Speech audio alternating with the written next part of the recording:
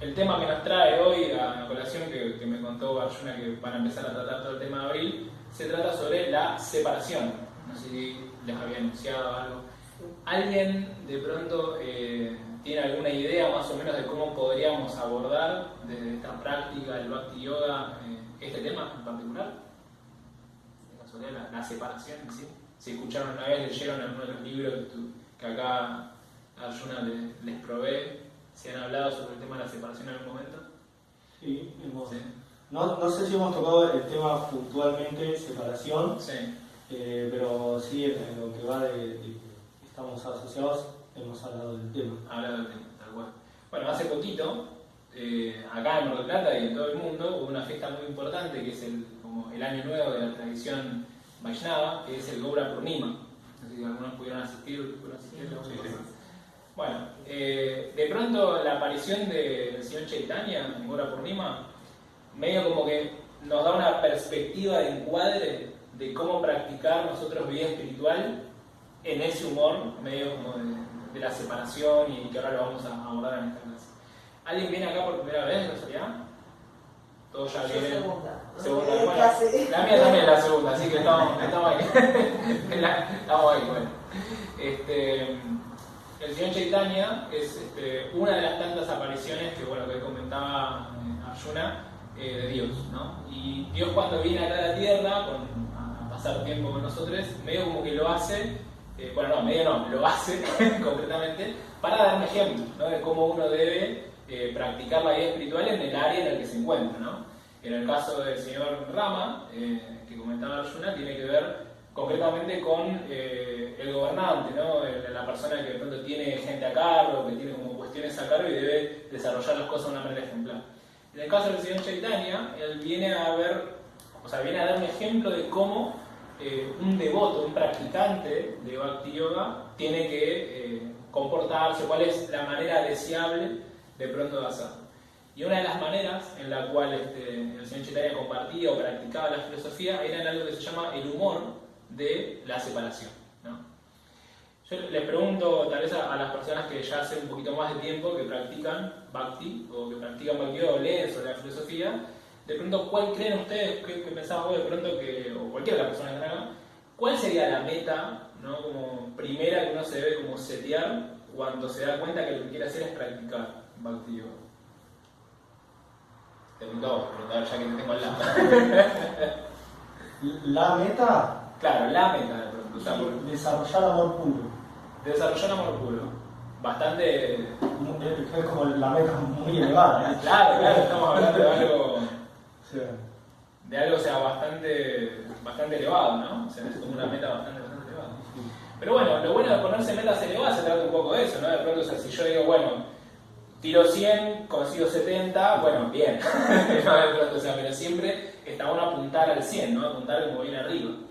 Mismo cuando uno trata de arrancar un vínculo con alguien, ¿no? Como nosotros, como bien dijo Max, nosotros estamos tratando de obtener amor por Krishna. Y una de las cosas que está bueno saber de este proceso de Bhakti Yoga es que nosotros no es que tenemos que concretamente obtener como amor por Krishna, sino que tenemos que despertar algo que nosotros ya tenemos naturalmente. No hay que inventar nada en este proceso de Bhakti Yoga. No es que yo diga, tengo que esforzarme por hacer algo que no hacía, como cuando yo iba al gimnasio, ¿no? Digo, bueno, me tengo que poner una rutina, tengo que crearme todos hábitos de vida nuevos, ¿no? Como alimentación, levantarme temprano, demás, que si bien eso está muy bueno y es muy deseable, en el Bhakti Yoga a nivel como corazón, ¿no? Yo no tengo que inventar nada, sino que tengo que, a través de un proceso, despertar lo que yo ya tenía dormido, ¿no? Es como que a veces, aquellas personas que estudiaron algo, les gustó un libro y demás, se olvidan de pronto que se trata de ese libro, pero cuando lo vuelven a agarrar es como que, mirá, me acordaba de por qué me gustaba tanto esto. Es como que viene esa cuestión, cuando uno recuerda algo que le gustaba y que capaz hoy no lo tenemos, ¿qué sentimiento creen que viene cuando pasa eso? Por ejemplo, cuando veo una película que me gustaba cuando era chico, ¿qué es lo que uno recuerda? Una nostalgia por ahí. Nostalgia, exactamente. Que además algún sinónimo de nostalgia. Algo que, digamos, me retrotrajo a una época de mi vida como anterior. Cariño. Cariño, exactamente. Porque la nostalgia, ¿qué puede ser? Puede ser cariñosa o puede ser también puede ser triste también. Pero si uno lo recuerda es porque hay un cierto cariño, igual al margen de que uno pueda llegar a sentirse como triste. Es como una mezcla, ¿no? Podríamos decir que es como una mezcla entre alegría, melancolía, ¿no? Es como, ¿no? Sí.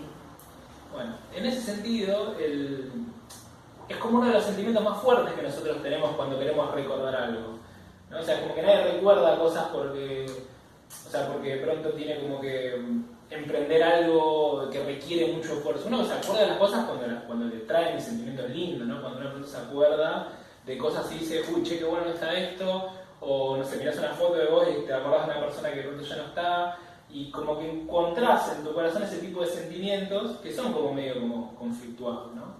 Y de pronto en este plano en el que nosotros estamos, en el plano material, se presentan muchas de esas contradicciones a veces de sentimientos, ¿sí? Hay grandes filósofos, bueno, en la historia, y hay un gran filósofo que dice que la realidad es contradictoria, ¿no? Como que estar de pronto en esta situación en la que nosotros estamos, bueno, de aquellos estallidos sociales y de pronto como toda una serie de cuestiones, es contradictorio, porque hay gente que de pronto tiene ciertos privilegios, si lo mirás de una manera, ¿no? Privilegio social, capaz de ciertos privilegios que capaz si va un poco para arriba no tiene tantos privilegios, y si mirás para abajo es como que tiene un montón.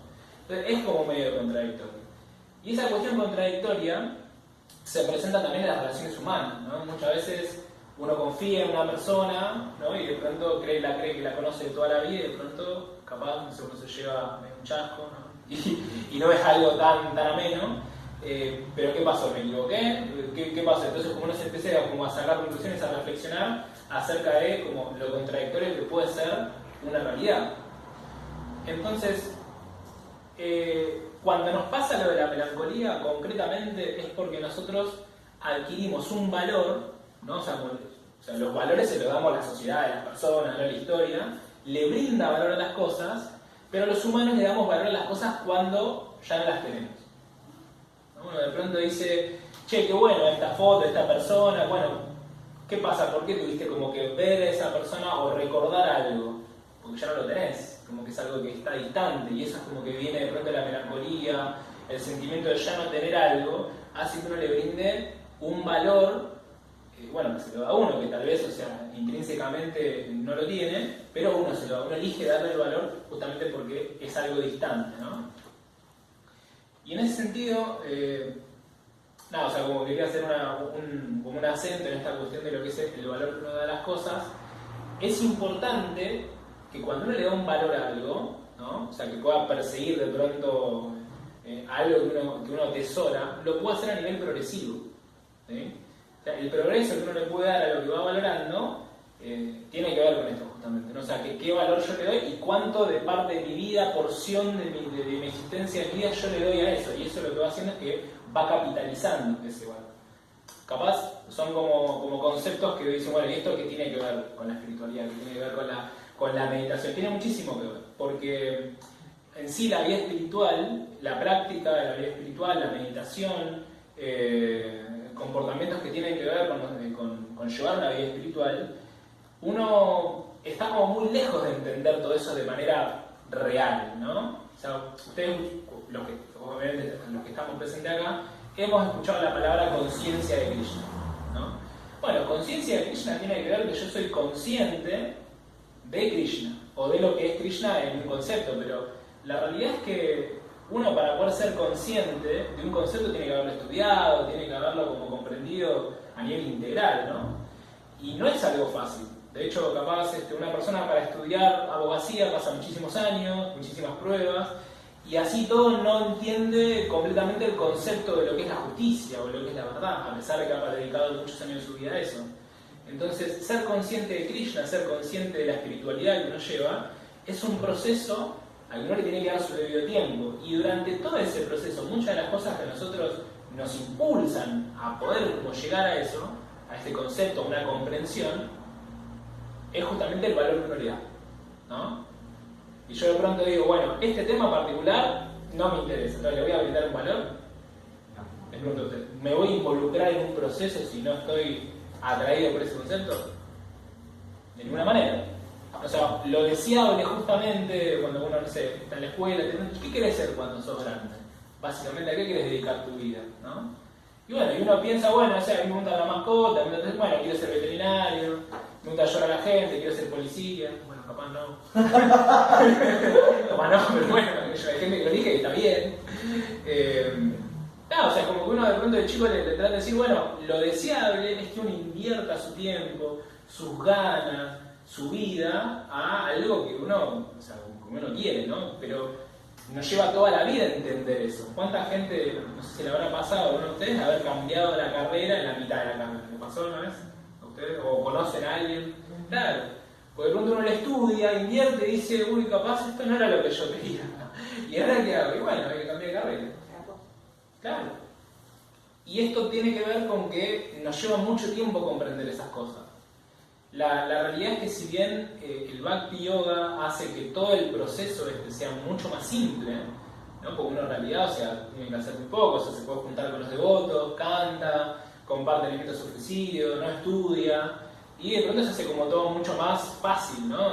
Todo este proceso.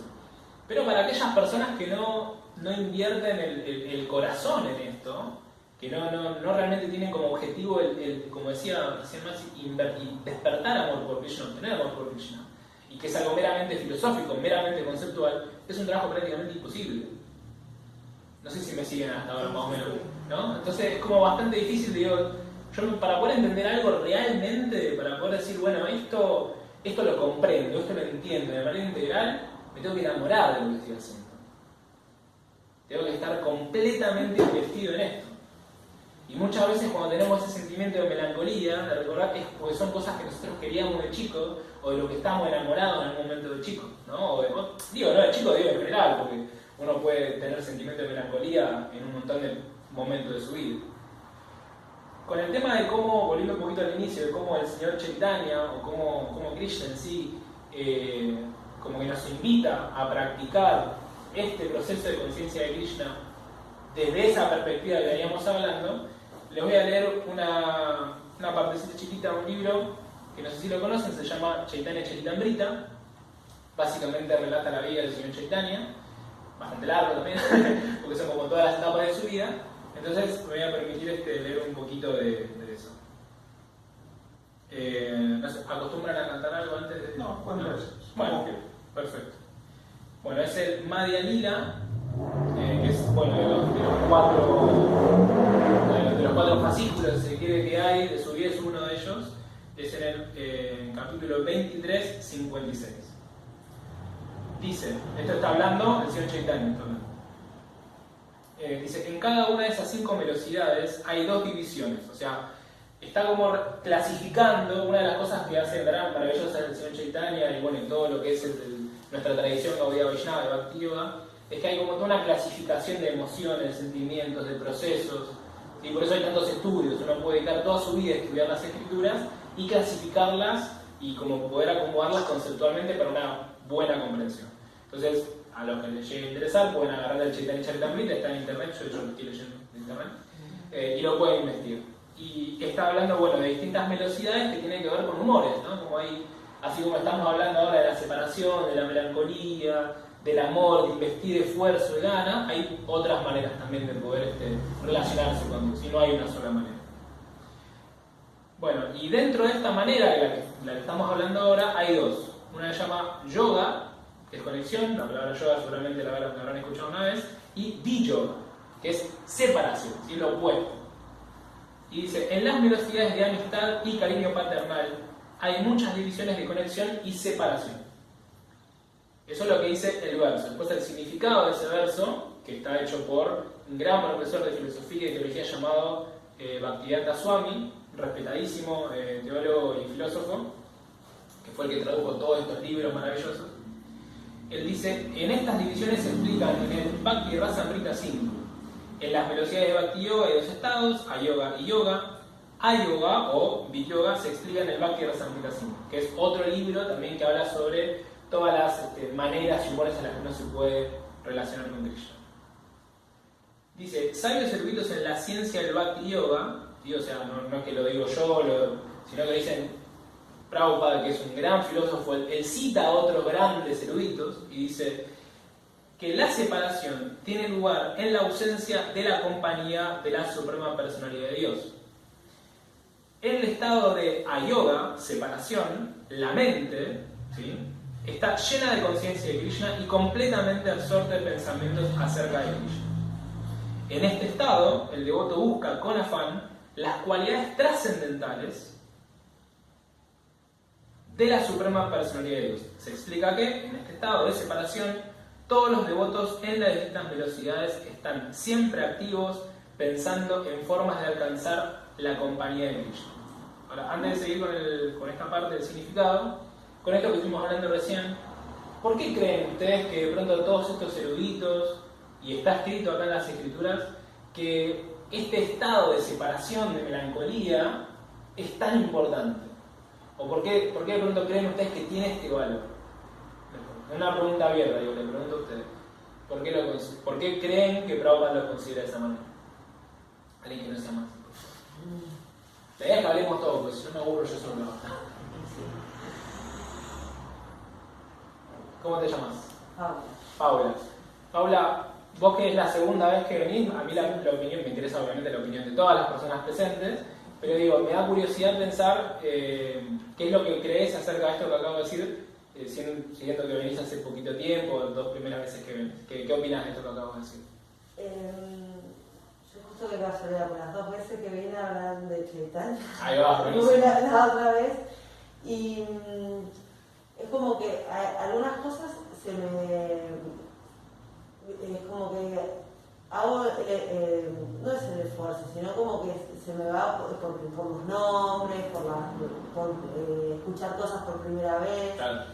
Pero esto que vos decías también como desde un principio por ahí te podría haber preguntado desde la separación, ¿qué tipo de separación vos estás hablando? Como que yo estaba tratando de ver desde qué lugar, desde la separación de uno con el otro, de la separación de uno con la divinidad, claro, con Dios, con Krishna, la separación desde lo mental, ¿no? Bueno, él es así, como algo conceptual, ¿no? Claro. Entonces, bueno, estaba como tratando de ver hacia dónde estabas como yendo con eso. Claro. Y bueno, tu pregunta más... No, mi pregunta tenía que ver con... Claro. Bueno, te hago un paréntesis y después te vuelvo a hacer la pregunta o para que te tu bien. El tema de la separación tiene que ver con esto. Nosotros en un momento nosotros tenemos una conexión con Krishna. Krishna está acá en el corazón de todas las entidades, de todas las personas, el gatito que va por ahí, de todo el mundo, en las plantas, en los árboles, en los ríos, en las piedras, en las personas. Está siempre Krishna acá. Entonces nosotros tenemos una conexión con él, pero nos olvidamos de quitar esa conexión. Entonces en realidad la separación, el hecho de no tener claro que nosotros tenemos una relación eterna con Krishna, tiene un poco que ver con eso, con no darse cuenta en realidad. Porque no es que Krishna está a miles de millones de kilómetros de distancia y nosotros nos sentimos solos. ¿No? Pero hay como un gran vacío en la sociedad que buscamos todo el tiempo como llenar con recovecos, con cosas, con actividades. Tratamos de llenar un vacío existencial. De hecho, por eso hay tanta gente que tiene depresión, tanta gente que va a terapia, que está muy bien ir a terapia, digo, está perfecto, está bueno ir a terapia. Pero digo, o sea, es como que hay agujeros que la humanidad trata de llenar hace miles de millones de años y no lo puede hacer. Nosotros tenemos acceso a escrituras sagradas que nos dicen que Krishna está en la persona. ¿Cómo puede ser que alguien se sienta solo teniendo a Krishna? ¿Alguien se sintió solo ustedes alguna vez en la vida? Sí. Todos nos sentimos solos alguna vez en la vida. ¿Y no les pasó capaz sentirse solo acompañado de gente porque la gente no te entiende de pronto? Bueno, es eso, es parecido a eso. Es un poco eso, es estar, pero que la cabeza no esté. Es un poquito eso. Y la pregunta que yo hacía es por qué creen que entender la conciencia de Krishna desde esa perspectiva es tan importante. O sea, ¿por qué de pronto se nos invita a pensar en esa plataforma de la separación o la cuestión así?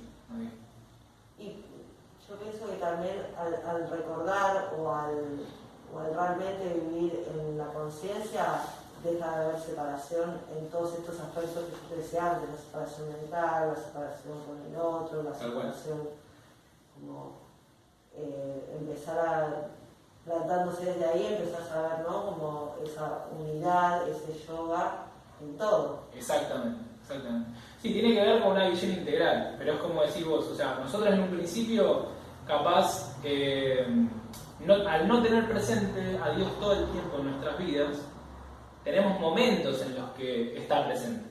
Y es como que nos acordamos que existe, es como que, sí, está por ahí, ¿no? A veces pasa, ¿no? Incluso con la familia, cuando no la dejan de ver, no tiene presente, sí, mi papá, mi mamá, mi hermano, es como que, bueno, cuando ve una foto, cuando le manda un mensaje, se acuerda de que, esta persona existe, ¿no? Y con Dios un poco pasa eso, o sea, uno se rescata de que existe cuando se acuerda, ¿no? Pero no se acuerda justamente porque no lo tiene presente todo el tiempo. Entonces, como nosotros somos personas que estamos en un ámbito que tenemos poca memoria, que no tenemos como muchas habilidades para el recuerdo, el Señor Chaitanya viene y nos presenta esta facilidad. Bueno, como no te acordás, como está como toda esta cuestión de que hay sentimientos encontrados, la realidad es contradictoria, todas las cosas que nosotros venimos hablando antes, nos dan un proceso en el cual con todas esas limitaciones se convierten en algo familiar, ya decir, podría decir. O sea, el Señor Chaitanya hace todas esas limitaciones que nosotros tenemos, de que tenemos, o sea, todo lo que acabo de enumerar recién, y lo crea como, o sea, como da una perspectiva para que nosotros desde ahí podamos construir y entenderlo a Krishna, y entenderlo a Dios desde esa perspectiva. ¿Se entiende más o menos? ¿Tiene sentido? ¿Tiene lógica? Sí, sí, sí. Bueno, esta parte del verso continúa diciendo, la palabra yoga, conexión, se explica en el Bhakti. Sí, bueno, lo repito varias veces. Se explica en el Bhakti Rasamrita Sindhu, dice, cuando hay un encuentro directo con Krishna, eso se llama yoga. De forma similar, también en las velocidades trascendentales de neutralidad y servidumbre, se dan dos divisiones de yoga. Hay yoga, pero en ellas no hay diversidad. Las divisiones de yoga y yoga existen siempre en las 5 velocidades. Sin embargo, en las velocidades trascendentales de amistad, cariño paternal, hay muchos tipos de yoga y yoga. O sea, como que hay, dentro de lo que es un vínculo, hay infinita como manera de relacionarse con Krishna. ¿Sí? Porque hay humores y facilidades y vínculos como personas en el mundo. ¿Sí? O sea, por eso se habla de que este proceso de Bhakti Yoga es algo muy, muy personal. Es íntimo y personal. Porque la relación que yo estoy construyendo con Krishna no es la misma que la que construye Maxi, no es la misma la que construye Arjuna. Son completamente distintas. Sí, mismo pasa a nosotros en la familia. Nosotros, por ejemplo, nosotros mis hermanos, cuando nos juntamos, mi vieja falleció hace ya unos buenos años, casi 10 años. Nos juntamos a hablar de mi vieja, porque siempre salta el tema, en la familia siempre uno habla de otro miembro de la familia. Es como que yo digo, sí, porque se acuerdan cuando la vieja hizo esto, hizo lo otro, demás, y estuvo re bueno, porque yo la pasé re bien. Y capaz salta el y dice, no, pero eso no estuvo re bueno, porque yo la pasé re mal. Y la vieja no era tan así como te acordás, la vieja también tenía esta. Y salta otro y dice, no, ninguno de los dos tiene razón, lo que yo conocí de mamá es lo mejor. Y es como decir, bueno, pero al final ¿quién es esta persona? Yo la conocí de verdad, mi mamá de manera integral. Y no, la realidad es que todos tenemos como una visión parcial de la persona con la que nosotros nos estamos relacionando, ¿no? Y en ese sentido Krishna, Él es absoluto. Y Él se relaciona de manera perfecta con cada uno. Pero nosotros, que somos parciales, tenemos como una vista parcial de las cosas, por lo menos en este plano, nuestra relación es siempre personal. Lo mismo que le va a decir a Arjuna no es lo mismo que me va a decir a mí, lo mismo que le va a decir, ¿cómo es tu nombre, perdón? Paula. Lo mismo que le va a decir a Paula, perdón, no pasa. Lo mismo que le dice a Paula, no es lo mismo que le decir a Paula, lo que me va a decir a mí, o bien lo que le dice a Paula. O sea, con cada persona se relaciona de una manera distinta, y eso tiene que ver con un montón de factores. Por eso es tan importante entender como las maneras, o sea, como esto digo, o sea, no hay una sola manera de poder relacionarse con Krishna. A nosotros nos viene bien poder actuar desde esa plataforma, desde la plataforma del recuerdo, ¿sí? desde el anhelo del recuerdo, porque es lo que a nosotros nos impulsa a poder perseguir una mejor relación y a poder construir algo que perdure con el tiempo. Y finaliza diciendo, el yoga, la conexión es de 3 tipos: éxito, satisfacción y permanencia. Los distintos tipos de ayoga de separación se explican así. En ayoga, por lo tanto, hay 2 divisiones: anhelo y separación, ¿no? Esto después es para que ustedes en su casa lo puedan volver a leer, lo puedan profundizar, es como la idea de todo esto. Pero a grandes rasgos, todo lo que son los sentimientos que uno puede tener, ¿no? por el concepto, la idea que uno conoce de Krishna, tienen que ser cosas que a nosotros nos inspiran en poder seguir adelante. ¿sí? Nos inspiran a poder construir una relación duradera con la divinidad. Por eso existen tantos procesos, existen de hecho tantas formas de ver y acercarse a Krishna, ¿sí? De hecho, por ejemplo, hay personas que se acercan a Krishna o a Dios no desde una perspectiva religiosa tal vez, sino desde una perspectiva más filosófica, ¿sí? Por ejemplo, están los ateos que niegan a Dios, ¿no? Que vos como para poder negar que existe, medio como que tenés que darle una cierta entidad, o sea que hay un tipo de vínculo, porque no es que los ateos de pronto no se dedican a otra cosa que no sea negar a Dios, es como que no, vamos a decir que no existe. El agnóstico, bueno, como que no sabe, no le interesa mucho, ¿no? Y tenemos aquellos filósofos como Marx, por ejemplo, que era ateo y decía, yo puedo probar que Dios existe porque es un concepto, ¿no? Y hay, desde el lado de la religiosidad, tal vez, o de la cuestión más espiritual, tenemos personas que se acercan de muchísimas disciplinas, a través del Islam, a través del cristianismo, a través del judaísmo, hay como un montón de maneras religiosas de poder acercarse a Krishna. Y cada una es completamente distinta. ¿Se entiende más o menos hasta acá? Bueno, entonces vamos a hacer como un pequeño repaso. ¿Por qué de pronto consideramos entonces que el concepto de la separación, el concepto de la melancolía y estos sentimientos que uno puede invertir en Krishna son tan importantes para nuestro proceso? Sí, por favor, la idea es que todos podamos hablar. Es lo que no nos obliga, pero son estímulos, ¿no? Claro, Fuertes estímulos que nos movilizan para que activemos mecanismos internos nuestros para poder acercarnos a Krishna de una u otra forma. Y cada cual tiene su manera. Por eso continuamente estamos en ese proceso, por eso es un proceso. Y la separación es muy importante, porque es como sentir la separación de un ser querido. Podemos sentir muchas cosas, o nos podemos abatir y no hacer nada, no actuar, o podemos esforzarnos o buscar los medios para acercarnos a él. Exacto. De una u otra manera, puede ser por WhatsApp, por teléfono, personalmente, como sea. Entonces, sí, me gusta mucho lo que planteas. De hecho, puedo rescatar ahí como una idea de que el tema de cómo la separación es importante, porque se me ocurría justo cuando venías a hablar. Es algo que nos pasó, por ejemplo, a mí particularmente con mi esposa en la pandemia. Nosotros durante toda la parte de la pandemia estuvimos encerrados en casa casi un año entero más o menos. Y en un punto es como que nos acostumbramos a estar juntos, ¿no? Es como que, bueno, vos estás, le ves la cara al otro todo el tiempo, y bueno, das por sentado que siempre va a estar ahí, ¿no? Bueno, cuando se abrió un poquito y ella tuvo que empezar a ir a trabajar de vuelta, la extrañé de una manera, no, me extrañaba encima, era terrible, no podía estar, era como que, ¿y dónde está? ¿Y estás bien? ¿Y qué estás haciendo? Re gediento, ¿viste? Pero es la verdad, o sea, uno de pronto, cuando se vuelve tan, lo tiene tan cercano, no lo valora, ¿no? Porque es como que lo da por sentado. Por ejemplo, y uno de pronto cuando se encuentra que eso ya no lo tiene de manera tan accesible, adquiere un valor inconmensurable, ¿no? Es como que uno no solamente adquiere un valor por lo bien que uno hizo, sino por lo malo que uno obtiene por la ausencia de eso, ¿no? Y eso es un poco como la melancolía, ¿no? La separación. Y yo creo que sí, que de verdad es importante por una relación que existan tiempos de separación. Incluso, bueno, vuelvo a tocar el tema de la pareja, o sea, es muy importante, por ejemplo, dentro de las parejas cada uno tenga como su zona, ¿no? Su tiempo de privacidad, ¿no? Si yo de pronto sé que, no sé, mi señora quiere jugar a los videojuegos durante 3 horas, bueno, tengo que aceptar de que hay 3 horas en las que yo no voy a contar con ella y están jugando a los juegos.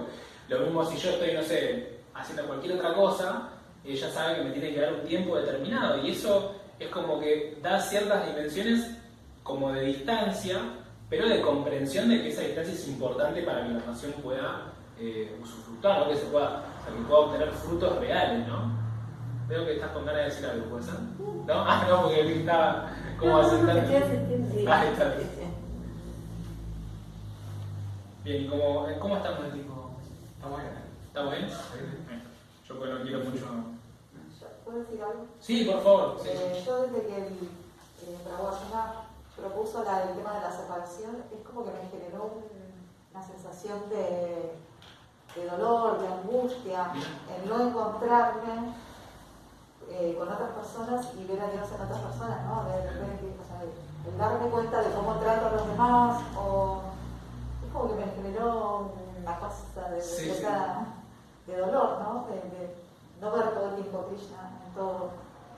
Hace poco que estoy, entonces el estar estudiando y el estar consciente de que todos somos parte de Krishna, pero que al mismo tiempo me siento separada, me siento que me produce angustia, me produce como, no sé, dolor, no sé cuál es la palabra. Pero es como una angustia que de pronto que te trae un pesar al corazón que te provoca como tristeza, o es como algo tal vez medio como semi-amargo. No, me produce tristeza, porque digo, ¿cómo no puedo verlo? Y porque claro, ¿cómo es la comunión que no tengo en realidad que me doy cuenta, ¿no? Claro. Es esa comunión que no alcanzo a tener, que no me doy cuenta, que no es todo el tiempo. Claro. Es cuando uno lee, cuando uno escucha una clase, cuando uno canta, cuando mantra, pero después uno sale de eso y vuelve a las cosas cotidianas y uno es consciente de que no está como en ese momento cuando uno lee o cuando uno canta. Un ejemplo muy bueno de cómo hay gente que le cuesta valorar eso, por ejemplo, que vos has valorado, es la relación que tienen los padres con sus hijos. No sé cuántos son padres acá, tienen hijos. Sí. Bueno, varios. Buenísimo. Entonces me van a poder entender. Yo no tenemos hijos, pero bueno, capaz lo entiendo. Pero sí lo entiendo porque yo soy hijo de dos personas. Bueno, de pronto tu hijo está todo el tiempo pensando en vos. Todo el tiempo. Bueno, los que ustedes tienen, los que tienen hijos saben que están todo el tiempo pensando en sus hijos, que esté bien, no me avisó cuando llegó y ahora cuando llegue te voy a decir todo lo que digo porque no me avisó y por qué está tardando ahora y dónde está. Pues hay un amor tan importante, tan maduro también, porque es justamente el lado que uno lo ve en la perspectiva del padre, que está todo el tiempo pensando en el bienestar del hijo. Va caminando por la calle y dice, uy, qué lindo esto, se lo voy a comprar a mi hijo, a ver, tengo y me sobran 2 pesos, y bueno, sí, se lo compro. O qué sé yo, capaz vos no tenés para comer, pero el primero que le vas a dar de comer es a tu hijo. O sea, estás todo el tiempo. Nosotros somos, los que son padres, son conscientes de sus hijos. En vez de ser conscientes de que ellos son conscientes de sus hijos. Al revés no se da igual. Los hijos no estamos pensando todo el tiempo en los padres. O sea, por eso justamente son esas discusiones, ¿no? Digo, yo ni a palo que me ponía a pensar en que mi hijo estaba preocupado por mí. Pero ni ahí. Uno como que está en la suya, ¿no? Como está recontra re distraído, y ni te acordás de tu viejo, ni nadie de tu familia, porque te acordás capaz cuando sos más grande, nos va madurando la relación, y ahí sí te acordás de mandarle un mensaje a tu viejo, contarle cómo está, ya hace rato que no hablamos. Pero cuando uno es adolescente, si nos podemos alejar la mayor cantidad de tiempo posible, mejor. De pronto queremos que nos independicemos, ¿viste? No, ni bien cumple 18 que voy de esta casa, ¿viste? A los 20 estás volviendo, hola, fui a unos más de casa. Es re así. Pero bueno, esas son partes ¿cómo se llama? De por qué es importante también madurar los sentimientos que uno tiene a Krishna, ¿no? Yo he conocido personas que a lo largo de su trayectoria espiritual capaz no le dan un gran valor a la conciencia de Krishna o a Krishna en sí mismo. Y no está mal tampoco, porque son distintas maneras en las que uno tiene de percibir. Pero a mí me pasa que si yo no me mantengo en contacto con personas que practican, si yo no hago mi canto matutino de meditación, de Mahamantra Hare Krishna, siento que algo me falta. No sé si es como que sentís que algo te falta. Esa cuestión de que no querés sentir que te falta, entonces te impulsa a que vos lo hagas, ¿no? Y cuando capaz pasa un tiempo en el que no lo haces, bueno, te agarras ese sentimiento para justamente poder hacerlo, y es como un motor, ¿no? Como decía, perdón, tu nombre. Amalia, como decía Amalia, a veces la separación es necesaria, ¿no? En ese sentido. Así que bueno, como para poder ir cerrando, les voy a leer una pequeña conclusión. La separación que nosotros tenemos por Krishna es porque tuvimos contacto con él, que es lo que hemos hablado recién, cómo funciona el tema de haber estado en contacto y ahora estar en contacto pero no recordar o no ser consciente que estamos en contacto con él. Y en este plano todos nos encontramos en una búsqueda de llenar los vacíos que nos produce esta separación, ¿no? Constantemente tratamos de, con la ropa, con la comida, con la política, con lo que fuera que sea, tapar las carencias emocionales y espirituales que uno tiene reales por Krishna. Una vez que encontramos un proceso que poco a poco nos acerca a Krishna, que puede ser de pronto cualquiera, puede ser el que encontramos aquí en los encuentros de Hare Krishna Mar del Plata, como puede ser cualquier otro proceso espiritual válido donde uno sea sincero, ¿no? Una de las cosas que Srila Prabhupada, que es la persona como que nos dio toda esta filosofía que hacía mucho hincapié, es que todos los métodos en los cuales uno se puede acercar a Krishna son válidos, ¿sí? O sea, el judaísmo, el cristianismo, el islam, son todas maneras, son procesos religiosos que son válidos, a diferencia de capaz de muchos otros fanáticos religiosos que dicen, no, si no aceptás a Jesús en tu corazón, te vas al infierno, ¿no? De pronto. Y bueno, yo creo otra cosa, yo creo que de pronto Krishna es muy misericordioso y él a cada persona le da un proceso distinto, y por eso digo, o sea, podemos acercarnos a tal vez de esta manera es mucho más simple, porque hay todo un conocimiento muy profundo, pero bueno, o sea, queremos creer de que todos tienen una porción de la verdad, ¿no? Que no somos nosotros los dueños de la verdad. Una vez que encontramos en un proceso que poco a poco nos acerca a Krishna y entendemos lo cercano que se encuentra a Krishna, nosotros nos entusiasmamos más para poder llegar a él. Hay una frase que todos la hemos escuchado una vez, tan cerca y al mismo tiempo tan lejos, ¿no? Eso es un poco lo que nos pasa. A nivel centímetros, Krishna está acá, está a menos de 50 centímetros en nuestro corazón, pero nuestra conciencia está re por lejos, ¿no? De verdaderamente darse cuenta de verdad que uno lo tiene acá, ¿no? Entonces nada, le dejo esa frase, ¿no? Para que podamos reflexionar después cada uno en su meditación personal, de eso, estar tan cerca y al mismo tiempo estar lejos. Así bueno, yo cerraría por ahí. Sí, no sé si alguien tiene alguna pregunta o por favor, algo. sí, aprovechemos que hay un tiempito, podemos interactuar un poco más.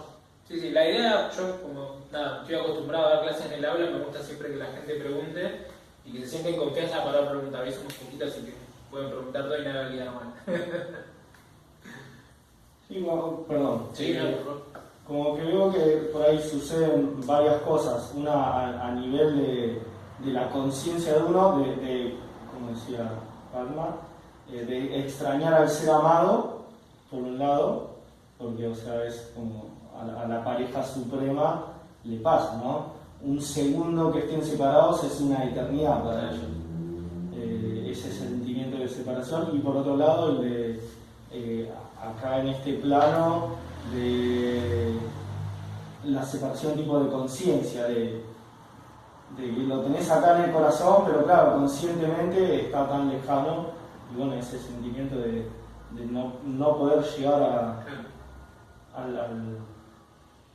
la meta de pronto. Sí, a la meta, al ser amado, iba a decir al ser amado, pero capaz que es algo como muy elevado, ni siquiera por ahí uno tiene eso de poder extrañar al ser amado. Claro. Bueno, pero eso en realidad, o sea, por eso digo, o sea, el Bhakti Yoga es un proceso que es muy simple, en el sentido como general. Y tiene un montón de virtudes que es a prueba de todas nuestras fallas. O sea, depende realmente solamente de nuestra sinceridad.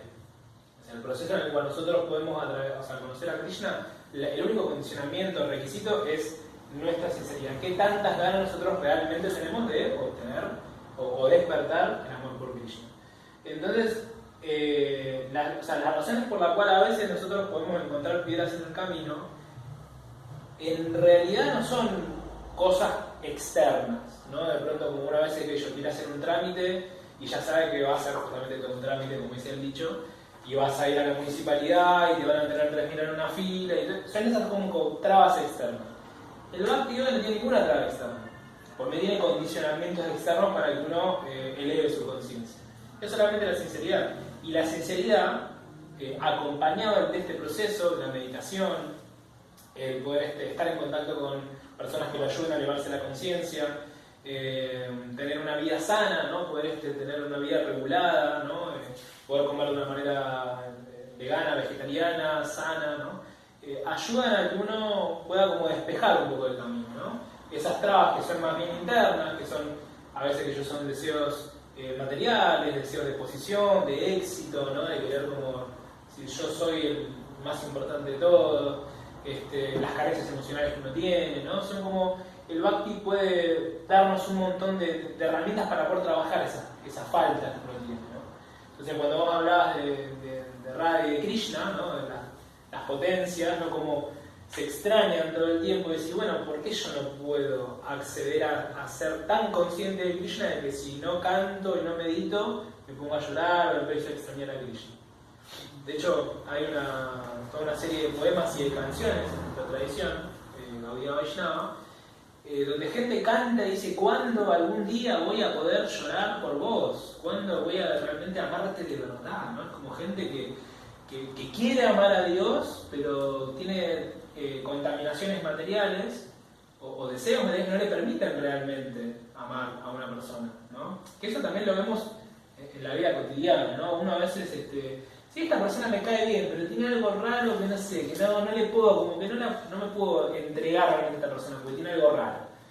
Si te cae bien, te cae bien. En realidad la rareza son las dudas que uno puede ya tener, los miedos que de pronto, bueno, esta persona no me inspirará todo la confianza, pero es una persona confiable. El que tiene como rollo soy yo, ¿no? Entonces pasa mucho eso a veces en las relaciones humanas y pasa en la vida, pasa en las películas, digo, pasa también en la vida espiritual. Justamente cuando nos juntamos con Arjuna a cenar la otra vuelta, hablábamos de cómo este proceso en realidad no tiene trabas, y en realidad la traba que uno puede tener es las que uno elige ponerle, ¿no? al proceso de uno. Y es como eso a veces, que tantas ganas yo realmente tengo de rendirme a Krishna, de ser feliz en realidad, porque no es más que eso, o sea, ¿qué tantas ganas yo realmente tengo de ser feliz de una manera que me dure? Nosotros tenemos conceptos de felicidad que son más bien materiales, que están construidos por el régimen social consumista capitalista en el que vivimos, ¿no? Que vas a ser feliz cuando compras, vas a ser feliz cuando tenés el six pack ahí, cuando vas a la playa y todos te miran, ¿viste? Como que ahí vas a ser feliz. En realidad pasa eso, terminás más vacío que nunca. Pero bueno, es una felicidad que a veces es más fácil de obtener, ¿no? La felicidad material es un poquito más fácil de obtener. Y yo de pronto, no sé, me rompo el loco trabajando, tengo plata y me puedo comprar un traje y bueno, me miro y puedo estar parcialmente feliz. Y eso es mucho más fácil que trabajar mis carencias emocionales, trabajar mis fallas y poder acercarme más sinceramente a Krishna. ¿Ustedes qué opinan? ¿Qué es más fácil? La materia. Claro. Sí, así como es más fácil, también es más efímera y así como más rápido viene, más rápido se va.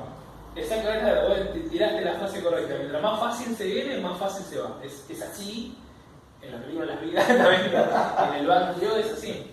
Por eso, dentro del Bhakti, incluso, podemos llegar a percibir cosas que pueden, que vienen fácil, y fácil también a veces se van. Krishna nos da siempre un montón de cosas de manera accesible, ¿no? De hecho, una de las cualidades de Krishna es que él es muy misericordioso. Él no va a dar las cosas de manera simple si nosotros las deseamos de manera sincera, ¿no? Te va a dar todo. El tema es que cuando de pronto Krishna te las puede sacar, o es cuando uno no le da el valor que le tiene que dar, ¿no? Como que, bueno, yo te digo esto, no estás jugando con el juguete, bueno, se lo voy a dar a los niños pobres que van a jugar. Mi viejo me decía eso. No vamos a este juguete, se lo voy a dar a los niños pobres, ¿no? Entonces, bueno, si uno no hace buen uso de la misericordia de Krishna, uno puede tirar unos pasitos para atrás, ¿no? Por eso digo, es importante que uno tenga lo que hablamos al principio, la meta. La meta es obtener amor por Krishna o despertar nuestro amor por Krishna, de manera gradual. Tenemos todo este proceso, ¿no? Tenemos escrituras que nos ayudan a clasificar incluso las plataformas y las instancias de nuestro proceso, pues sabemos dónde estamos, sabemos dónde vamos, todo. Y esto que nosotros hablamos, del tema de cómo uno puede utilizar emociones para invertir en avanzar, son muy importantes recordarlo y tenerlo en cuenta, porque uno también puede a veces tener pasitos para atrás. ¿Sí? Incluso la separación puede ser el motor de tu vida, ¿no? Claro.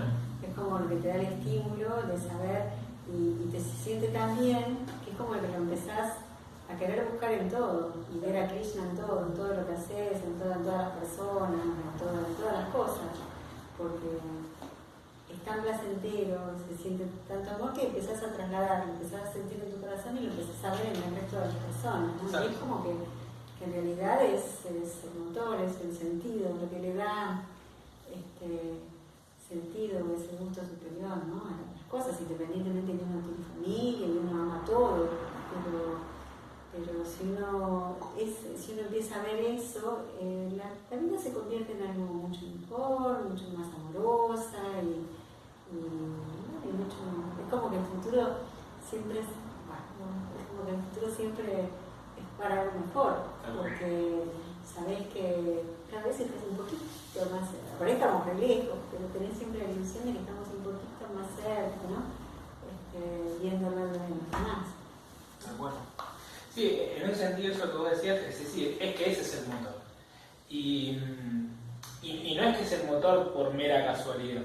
O sea, es el motor porque es como está nuestra realidad hoy por hoy, ¿no? O sea, el señor Chaitanya cuando viene y de pronto plantea y dice, bueno, esta es la manera, este es el mapa que ustedes tienen que seguir para llegar desde el punto A al punto B, lo hace con ese propósito.